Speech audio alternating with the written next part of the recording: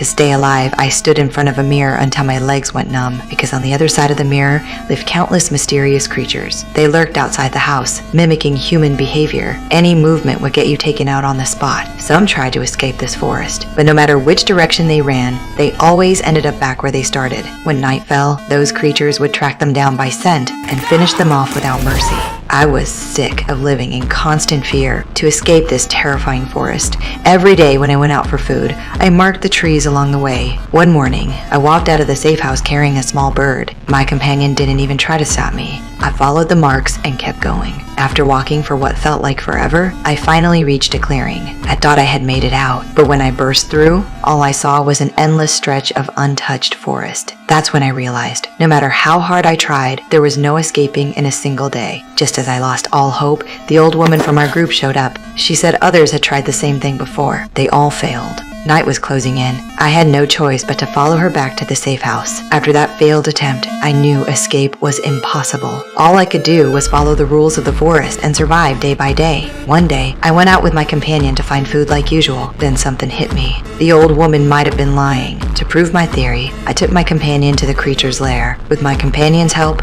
I slowly lowered myself into the cave. But I never expected this. When I reached the bottom, there wasn't a single creature in sight. Instead, the place was filled with human tools. Without thinking, I had my companion pull some of them up. Right then, a strange sound came from behind me. Then a small, inhuman hand reached out. I froze in terror.